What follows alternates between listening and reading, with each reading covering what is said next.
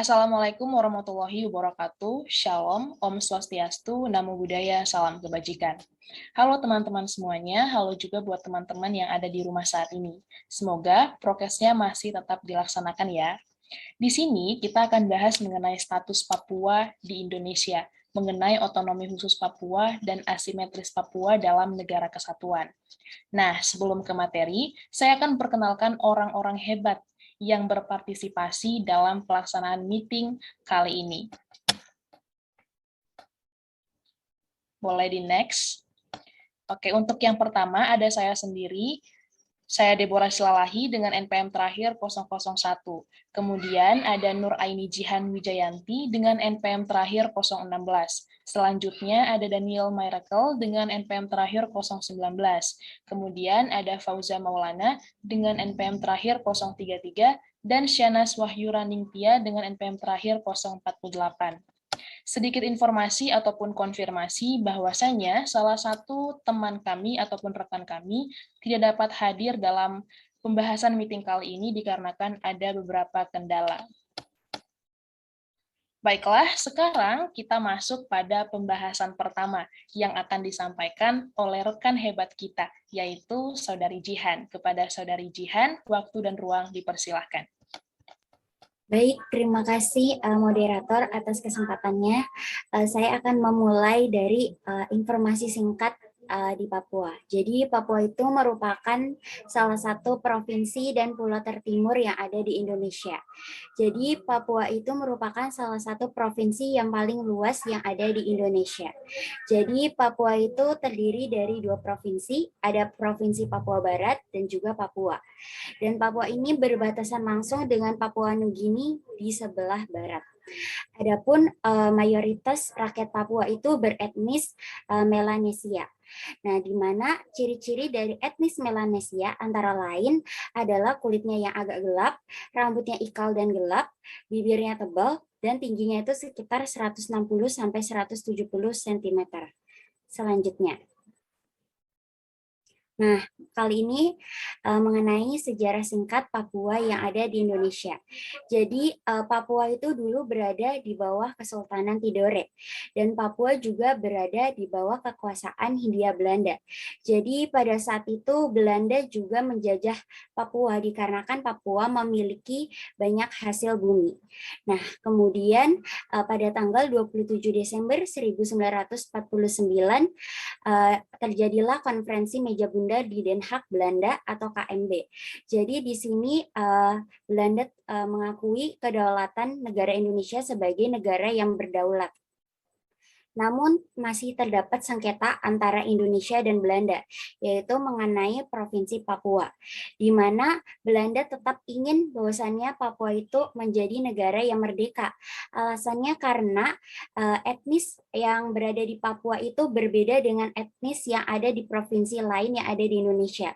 Karena yang sudah dijelaskan sebelumnya, Papua memiliki etnis Melanesia. Sedangkan Indonesia tetap ingin Papua sebagai bagian dari Negara Kesatuan Republik Indonesia. Pada akhirnya Indonesia dan Belanda pun memutuskan untuk membawa kasus ini ke forum PBB, yaitu Forum Perserikatan Bangsa-Bangsa.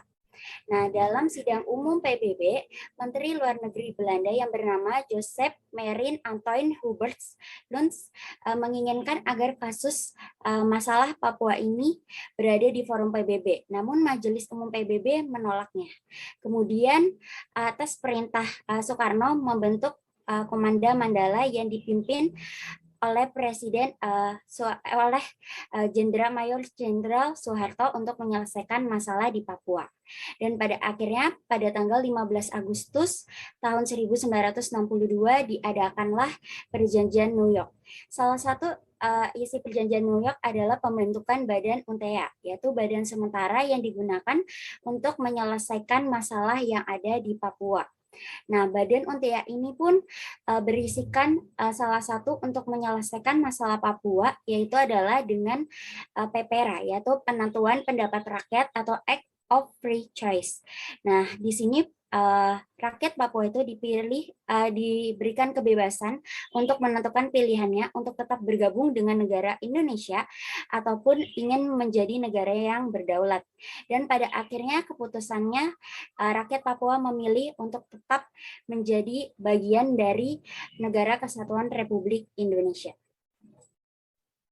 Oke, baik. Terima kasih untuk Saudari Jihan yang sudah menjelaskan informasi seputar Papua serta sejarah singkat Papua di Indonesia. Nah, dengan informasi tadi, kita jadi tahu nih sejarah singkat Papua di Indonesia yang ternyata diselimuti banyak sekali peristiwa.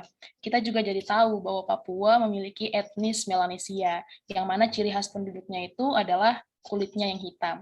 Kemudian juga dijelaskan tadi bahwa ada Badan Untea yang dibentuk untuk menyelesaikan masalah-masalah di Papua. Nah, selanjutnya kita akan membahasnya lebih dalam lagi dan akan dijelaskan oleh teman kita yang sangat hebat, yaitu Saudara Daniel. Kepada Saudara Daniel, waktu dan ruang dipersilahkan. Terima kasih, moderator. Jadi dalam kesempatan ini saya akan berbicara mengenai otonomi Papua dari masa ke masa, dari awal masanya yang penuh dengan kekangan, sampai dengan sekarang di mana pemerintah pusat terus berusaha untuk memajukan orang asli Papua sendiri. Jadi kita harus mengetahui terlebih dahulu apa sebenarnya arti dari otonomi itu sendiri. Otonomi menurut Kamus Besar Bahasa Indonesia artinya adalah pemerintahan sendiri. Namun dalam bahasa Inggris sendiri berarti a right of a group of people to govern itself or to organize its own activities.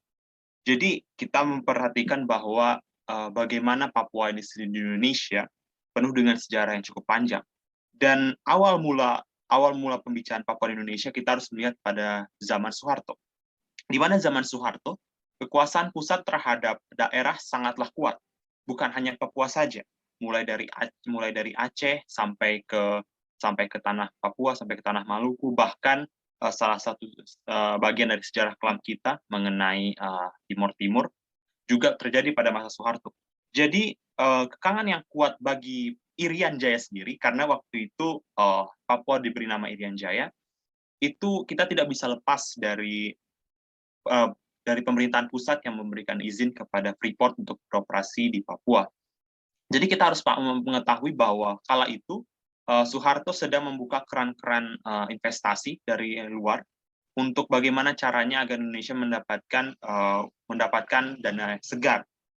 Jadi Soeharto sendiri memberikan izin secara khusus untuk Freeport untuk membuka tambangnya di Papua. Jadi dalam kesepakatan itu pihak Freeport tidaklah dibebankan pada tanggung jawab untuk memelihara lingkungan, untuk memelihara hukum adat masyarakat setempat, dan tidak dipertanggungjawabkan untuk membayar reparasi atau biaya ganti rugi terhadap seseorang yang memiliki tanah di situ. Jadi istilahnya Freeport lepas tangan dalam hal ini. Freeport lepas tangan dalam hal bagaimana perasaan masyarakat lokal.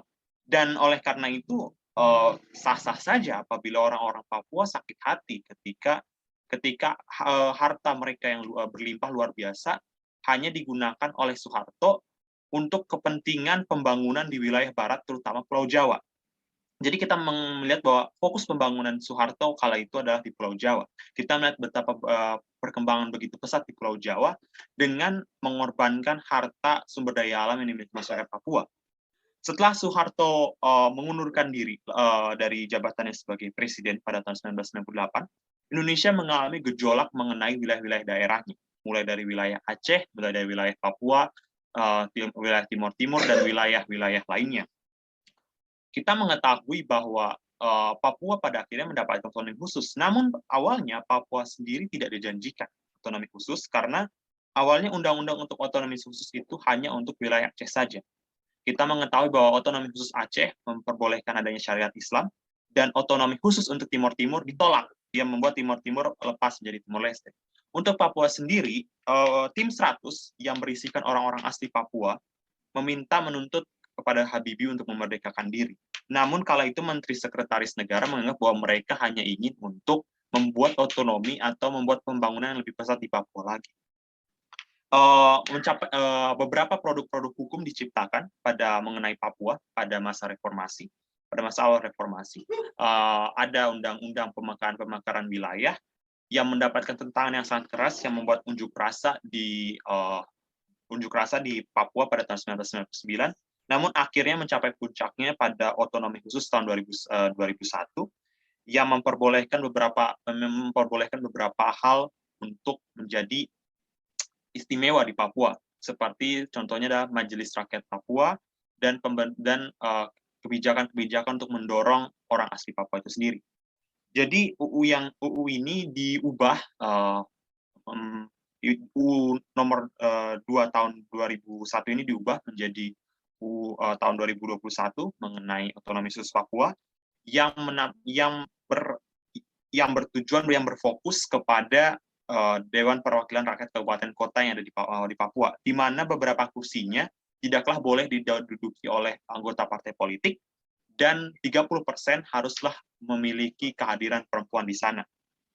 Namun, akhir-akhir ini kita mendengarkan banyak sekali berita mengenai isu pemekaran Papua.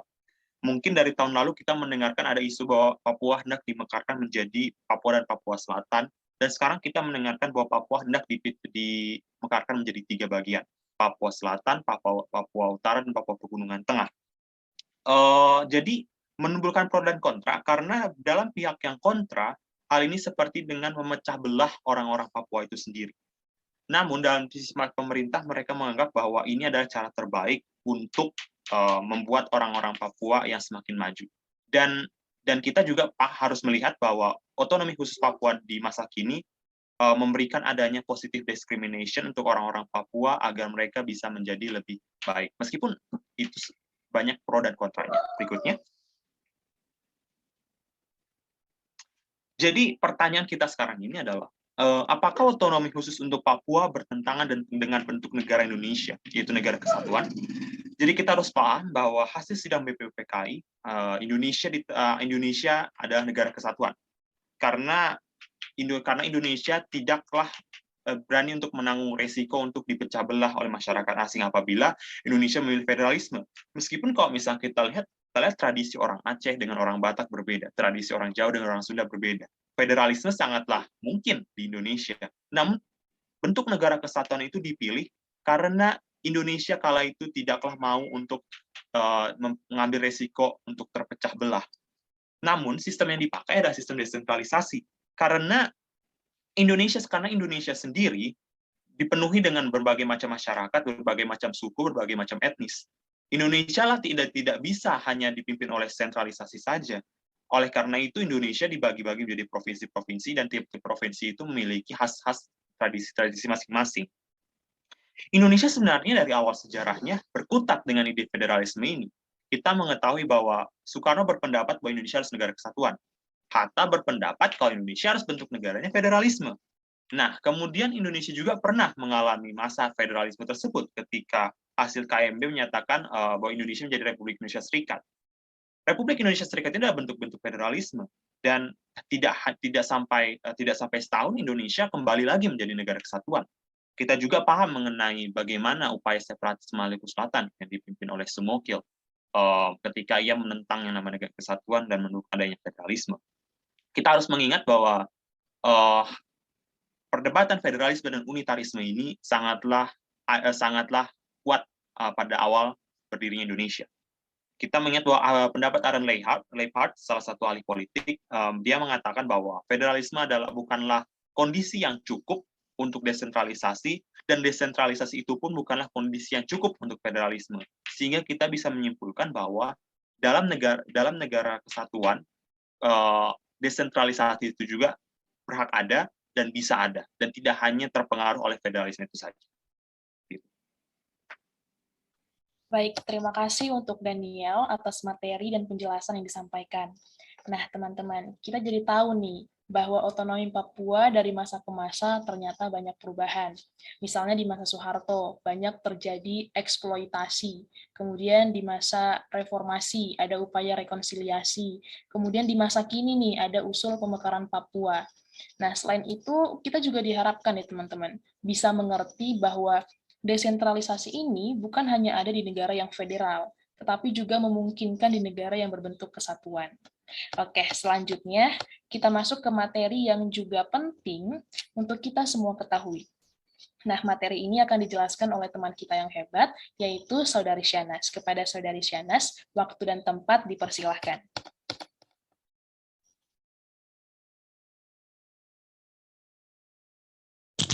Baik, terima kasih atas kesempatannya. Sekarang saya akan menjelaskan pentingnya otonomi khusus dan asimetrisme desentralisasi di Indonesia. Menurut pasal 18B Undang-Undang Dasar 1445, negara mengakui dan menghormati satuan-satuan pemerintahan daerah yang bersifat khusus atau bersifat istimewa yang diatur dengan undang-undang. Jadi saat ini ada pendapat yang menyatakan bahwa berdasarkan pasal 18 Undang-Undang Dasar Negara Republik Indonesia tahun 1945, NKRI dibagi habis ke dalam daerah provinsi. Lalu daerah provinsi dibagi menjadi kabupaten dan kota. Berdasarkan pendapat ini, maka konsekuensinya ada dalam NKRI tidak ada daerah selain provinsi. Dengan demikian, kaitannya dengan satuan-satuan pemerintahan daerah yang bersifat khusus atau bersifat istimewa yang dimaksud dalam pasal 18B Undang-Undang Dasar Negara Republik Indonesia tahun 1945 pun dapat berbentuk provinsi dan tidak bisa dalam bentuk lain. Sementara itu, ada juga pendapat yang menyatakan bahwa pasal 18B dan pasal 18 merupakan hal yang tidak saling berhubungan. Artinya, daerah yang bersifat khusus atau istimewa yang dimaksud dalam pasal 18B itu tidak selalu dalam bentuk provinsi, namun boleh dalam bentuk lain asal diatur dengan undang-undang.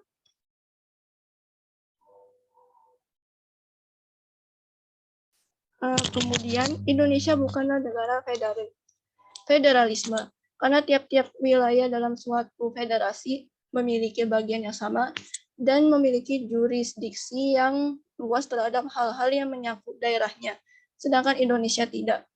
Jadi dalam hal ini, asimetrisme desentralisasi dalam negara kesatuan terjadi pada wilayah Papua.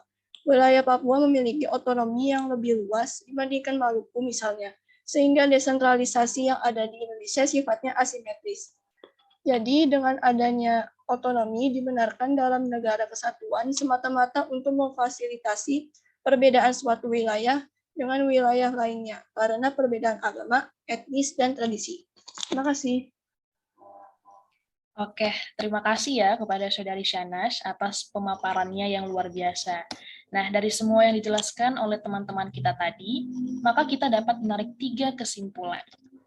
Yang pertama, Indonesia adalah negara kesatuan yang mana mencakup Papua di dalamnya. Hal ini sudah dirumuskan dalam pasal 1 ayat 1 Undang-Undang Dasar 1945.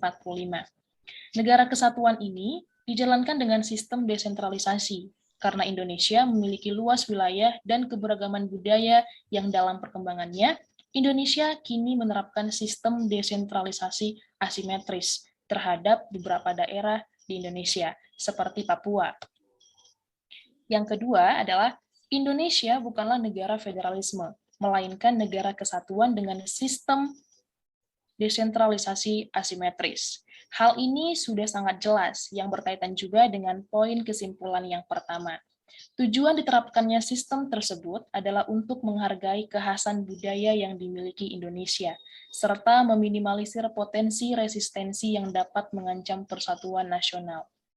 Desentralisasi asimetris ini tidaklah menyalahi bentuk negara kesatuan, dan tidaklah pula dapat dipandang sebagai bentuk lain dari federalisme. Maka, desentralisasi haruslah kita pandang sebagai cara agar wilayah yang secara demografis dan lingkungan yang berbeda dengan wilayah-wilayah lainnya dapat dihargai tradisi dan kebudayaannya. Untuk poin kesimpulan yang ketiga adalah Papua memiliki sejarah yang panjang di Indonesia dengan segala gejolaknya yang membuat rencana pemekaran dan otonomi khusus haruslah sesuai dengan kehendak rakyat Papua. Banyaknya permasalahan yang mewarnai Papua membuat isu-isu pemekaran dan AUKUS harus sesuai dengan kehendak Papua. karena mereka lah yang lebih memahami struktur seperti apa yang mereka butuhkan. Oleh sebab itu, isu pemekaran atau pembagian Papua menjadi 3 provinsi diharapkan dapat memajukan kesejahteraan bagi masyarakat di daerah tersebut. Walaupun hingga saat ini, isu tersebut masih menuai berbagai polemik. Itulah 3 poin penting yang menjadi kesimpulan dari pembahasan kali ini. Kami berharap informasi dari pembahasan ini dapat tersampaikan dengan baik kepada kita semuanya. Kami juga berharap dengan adanya pembahasan ini, kita menjadi masyarakat yang lebih mencintai perbedaan dan saling menopang perbedaan tersebut satu sama lain. Nah, sebelum mengakhiri pertemuan meeting kali ini, kita akan menjawab beberapa pertanyaan nih dari teman-teman kita dari Fakultas Hukum. Yang pertama, saya akan membacakan pertanyaannya ya teman-teman. Pemekaran dan otonomi khusus merupakan suatu hal yang menunjukkan bahwa negara Indonesia menganut bentuk negara kesatuan yang desentralisasi. Pertanyaannya adalah, apakah dalam implementasinya kedua hal tersebut sudah sesuai dengan apa yang tertuang dalam desentralisasi? Kemudian, apakah terdapat hambatan dan tantangan yang menyebabkan cedera hubungan antara pemerintah pusat dengan daerah? Jika boleh, jika benar, tolong dijelaskan dengan memberikan sebuah contoh. Boleh dijawab langsung oleh Jihan? Baik, terima kasih atas kesempatannya, moderator. Yang pertama yang perlu kita ketahui dalam pasal 18 UUD 1145 menjelaskan tentang desentralisasi, bahwasannya negara Indonesia dibagi atas beberapa provinsi dan beberapa provinsi terdiri atas kabupaten dan kota yang mana mempunyai pemerintahannya sendiri. Memang hal tersebut sudah tertuang di dalam undang-undang. Namun kenyataannya yang kita lihat banyak juga beberapa daerah yang ada di Indonesia, khususnya yang berada di luar Pulau Jawa, masih banyak pembagian desentralisasi ini belum semestinya terlaksana. Mungkin juga karena dari aspek undang-undangnya itu sendiri yang tidak memenuhi aspek secara yuridis, sosiologis, dan filosofis itu sendiri. Nah, khususnya itu adalah di bagian pemberian mengenai pengelolaan sumber daya alam. Karena masih banyak juga wilayah-wilayah yang mempunyai sumber daya alam itu banyak, tetapi sampai saat ini ternyata apa yang diberi pembagiannya tersebut itu masih tidak bisa dirasakan oleh masyarakat di daerahnya tersebut. Sekian dari saya. Oke, terima kasih kepada Saudari Jihan. Selanjutnya kita akan mendengarkan jawaban dari Saudara Daniel. Baiklah, jadi saya hendak menyinggung mengenai yang tadi hambatan dan tantangan yang menyebabkan cedera hubungan antara pemerintahan pusat sama pemerintahan daerah. Jadi saya katakan bahwa permasalahannya adalah dalam sejarah kita fokus pembangunan awalnya hanya di Pulau Jawa saja. Kita mengingat bahwa memang ya Pulau Jawa adalah pulau yang paling padat penduduk di Indonesia. Sehingga keperluan orang yang tinggal di Pulau Jawa sangatlah penting. Namun kita juga melupakan bahwa ada daerah-daerah lain di Indonesia ini di luar Jawa, dari wilayah Sumatera, Kalimantan, Sulawesi, wilayah Nusa Tenggara, Maluku, dan juga Papua. Cedera hubungan itu ada sebenarnya. Dan yang dapat kita pandang adalah itu adalah salah satu kealpaan dari pemerintahan pusat bahwa seharusnya mereka tetap menghargai itu, karena dalam pasal 18 sendiri Indonesia memperbolehkan adanya sistem daerah yang khusus. Bagi saya sendiri, apabila sebenarnya dari awal Indonesia sendiri berdiri, Indonesia menghargai hal-hal tersebut, saya rasa tidak akan ada yang namanya demonstrasi-demonstrasi seperti ini. Tidak akan ada yang namanya Timur lepas, tidak akan ada yang namanya Papua meronta-ronta ingin merdeka, karena bagi saya sendiri itu adalah respons mereka yang sah-sah saja, karena kita ada negara demokrasi. Bagi saya sendiri, kita harus berpaling kepada kesalahan kita yang terlalu berfokus kepada satu wilayah. ingat Indonesia itu wilayah yang luas, tidak semudah membalikan telapak tangan memerintah untuk menguasai untuk memerintah di Indonesia, jadi harus membutuhkan pihak-pihak lain untuk dapat bekerja sama. Bagi saya sih seperti itu.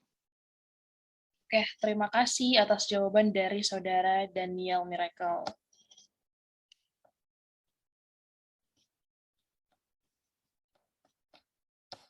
Oke, terima kasih ya kepada Daniel atas jawabannya. Nah, sekarang kita akan mendengarkan jawaban dari Saudari Shanas. Oke, untuk dari aku, dari pola umum yang terbentuk, banyak negara yang lalai dalam memperhatikan rambu-rambu yang menjadi prakondisi bagi implementasi desentralisasi. Pengalaman di berbagai negara ini berkembang menunjukkan bahwa kebijakan desentralisasi membutuhkan kombinasi faktor yang jitu, waktu yang tepat, serta tingkat eksperimentasi yang tertentu. Sulit untuk mengatakan bahwa proses implementasi kebijakan desentralisasi akan berhasil jika tidak ada kepemimpinan politik yang komited dan tangguh baik di level pusat maupun daerah. Dukungan yang kuat pun harus ada dari para penjabat lini yang tingkat birokrasi pusat. Kebijakan desentralisasi hanya akan berjalan secara efektif jika kebijakan didesain secara tepat dan para penjabat di tingkat daerah pun mau jujur dan kompeten. Di samping itu, para pemimpin di tingkat nasional pun harus memandang proses pemberdayaan di tingkat daerah lebih sebagai suatu manfaat ketimbang ancaman. Segitu dari aku. Oke, baik. Terima kasih ya jawabannya kepada Shanas Wahyu. Nah, sekarang saya bakal memberikan sedikit jawaban nih tentang pertanyaan yang pertama. Jadi kalau menurut saya sendiri, di mana pertanyaannya adalah apakah dalam implementasinya kedua hal tersebut sudah sesuai dengan apa yang tertuang, itu sebenarnya kita tidak bisa memastikan gitu. Karena kita lihat lagi implementasinya seperti apa, implikasinya seperti apa. Kemudian apakah terdapat hambatan dan tantangan gitu yang menyebabkan cedera hubungan antara pusat dan daerah. Kalau dikatakan tantangan hambatan pasti ada, karena segala sesuatunya itu pasti ada hambatan, ada juga tantangan. Nah, kalau hambatan tantangannya itu kita bisa lihat kayak miskomunikasi atau perbedaan pandangan nih, baik pemerintah pusat ataupun pemerintah daerah gitu. Kita lanjut ke pertanyaan yang kedua. Alasan otonomi khusus Papua tidak signifikan memajukan kesejahteraan umum bagi rakyat Papua. Nah, untuk ini boleh dipersilakan jawaban yang pertama kepada Daniel. Oke, bagi saya mengenai otonomi khusus untuk Papua ini sendiri, ada memang beberapa pihak yang mengatakan bahwa ini tidak signifikan untuk kesejahteraan umum masyarakat Papua. Dan dalam beberapa kasus, iya, kita melihat bahwa sebenarnya yang rakyat Papua inginkan adalah agar penegakan HAM ini memang ditegakkan, yang dimana hak-hak mereka, yang telah terenggut pada masa-masa pemerintahan sebelumnya, hendaklah dikembalikan lagi. Itu keinginan mereka sebenarnya. Mereka tidak inginlah terlalu mengenai soal permasalahan uang, soal permasalahan biaya. Mereka hanya ingin supaya HAM ditegakkan. Dan identitas mereka seperti orang Papua tidaklah dianggap sebagai suatu kejahatan. Bagi saya pro dan kontranya lebih ke arah seperti ini, lebih ke arah apakah Indonesia mau agar Papua dapat mengibarkan bendera bintang kejora atau menyanyikan lagu Hai Tanah Papua terhadap di tanah Papua itu sendiri. Bagi saya percayanya bahwa saya ingin orang Papua bangga sebagai orang Papua di Indonesia. Saya ingin mereka bangga sebagai orang Indonesia itu sendiri. Karena kita ketahui bahwa Papua adalah bagian dari Indonesia. Namun Papua itu sendiri secara etnis berbeda sekali dari orang-orang Indonesia lainnya. Namun saya ingin agar mereka tetap bangga sebagai orang Indonesia dan sebagai orang Papua di Indonesia. Memang otonomi khusus tersebut terkadang tidak mencapai sasarannya, namun saya harapkan bahwa di kemudian hari kita dapat melihat bahwa ada kemunculan generasi-generasi orang Papua yang berterima kasih, yang berbangga karena Indonesia telah menyelesaikan permasalahan HAM, telah menyelesaikan permasalahan-permasalahan mengenai orang Papua asli dan telah menyelesaikan mengenai permasalahan ekonomi dan pendidikan orang-orang Papua. Bagi saya seperti itu. Oke, terima kasih atas jawaban dari Daniel Miracle. Selanjutnya kita akan mendengarkan jawaban dari Shanas Wahyu. Kepada Shanas, dipersilahkan. Jadi jawaban saya itu pemberian otonomi khusus sebaiknya tidak lagi bersifat darurat. Ini khususnya untuk Papua. Tetapi harus digeser pada semangat ke pendekatan peningkatan kesejahteraan. Karena pendekatan kesejahteraan ini lebih menjadikan untuk mengatasi persoalan Papua. Dan yang tidak kalah penting itu perlu dilakukan peningkatan akuntabilitas dan transparansi dana otonomi khusus. Karena pengelolaan dana otonomi khusus ini selama ini dikelola secara elitis yang menyebabkan besarnya ruang terjadi penyimpangan. Perlu peningkatan koordinasi kelembagaan di semua level pusat, provinsi, atau kabupaten. Jadi persoalan otonomi khusus ini misalkan di Aceh tidak serumit di Papua. Dari aspek kelembagaan ini Aceh jauh lebih stabil dan lebih baik. Peningkatan kesejahteraan masyarakat pasca otonomi khusus ini dan perhatian besar dunia internasional pasca tsunami menyebabkan infrastruktur pendidikan dan kesejahteraan lebih membaik. Relatif mudah ditemukan benang kusutnya, tapi tidak mudah juga diperbaiki. Tapi peta kusutannya bisa dilihat. Kemudian persoalan lain yang muncul justru ada tarik-menarik pemerintah provinsi dengan pemerintah kota kabupaten terkait pengelolaan dana sebesar 60%-nya dikelola oleh provinsi. Ada sisa anggaran cukup besar karena dana tidak terserap. Tapi ada kecenderungan dan dukungan dari LSM bahwa gubernur mengelola keuangan lebih besar dibandingkan Pemkad dan Pemkot. Peningkatan kesejahteraan dan pemberian keluasan kewenangan bidang keuangan serta transportasi politik yang dilakukan oleh partai lokal di Aceh secara tidak langsung menyebabkan tuntutan untuk merdeka dan memisahkan dari NKRI sehingga hilang dengan sendirinya. Di semua elemen masyarakat saat ini tidak ada lagi tuntutan untuk mereka. Lain halnya di Papua, proses transformasi politik dan penguatan kelembagaan tidak berjalan dengan baik. Di Papua ada identitas yang belum selesai. Di Aceh, otonomi khusus mengarah kesejahteraan. Ada ruang dan bukti yang nyata. Sementara di Papua tidak signifikan, dana yang tidak sebegitu besar tidak bisa meningkatkan kesejahteraan. Cornelis Ley berpendapat, jika ingin Papua sejahtera, maka pengelolaan kekuasaan harus terdesentralisasi dengan pola pikir yang asimetris, melalui pemberian keluasan dan kedalaman kewenangan. Untuk mencapai model pengelolaan desentralisasi asimetris, diperlukan 3 syarat, yaitu tingkat penerimaan politik, sistem regulasi yang terintegrasi, dan kapasitas daerah itu sendiri. Dari aku, sudah cukup. Oke, terima kasih atas jawaban dari Saudari Shanas. Selanjutnya kita akan mendengarkan jawaban dari Saudari Jihan. Baik, terima kasih atas kesempatannya moderator. Saya izin menambahkan, otonomi khusus di Papua tidak signifikan memajukan kesejahteraan masyarakat, karena juga dilihat dari pemberitaan mengenai tentang keuangan yang ada di daerah Papua, kurang tata kelola yang baik, terkhusus pada grand design dari tata kelola keuangan Papua itu sendiri, yang dimana kurang kurang dalam menjelaskan apa saja sih masalah-masalah yang dibutuhkan di daerah Papua itu sendiri. Hal ini juga menyebabkan berkaitan sekali dengan isu pemekaran wilayah Papua yang menjadi 3 provinsi.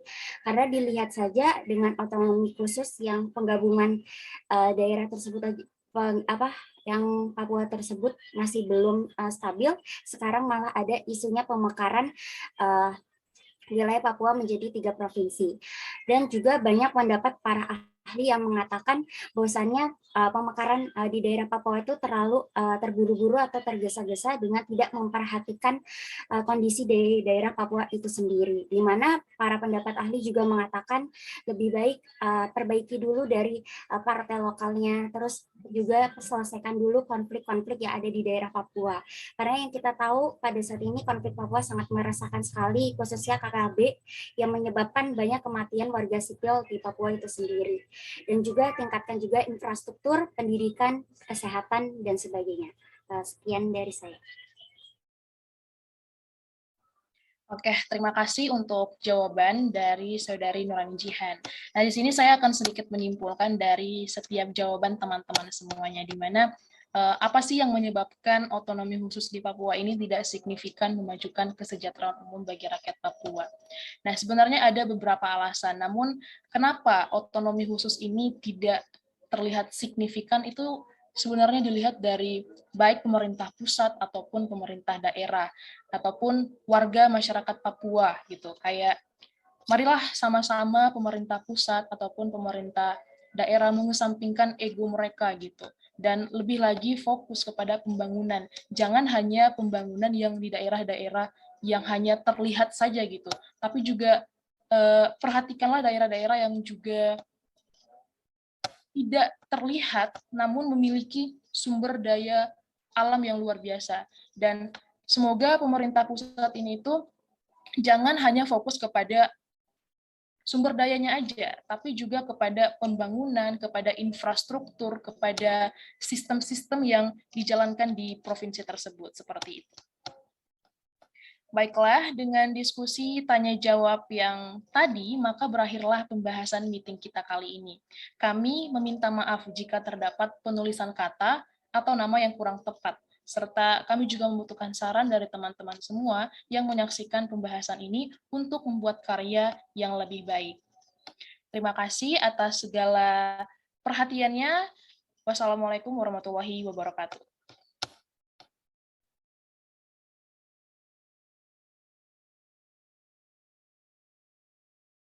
Dari Sabang sampai Merauke berjajar pulau-pulau, sambung menyambung menjadi satu, itulah Indonesia. Indonesia tanah airku, aku berjanji padamu, menjunjung tanah airku, tanah airku Indonesia.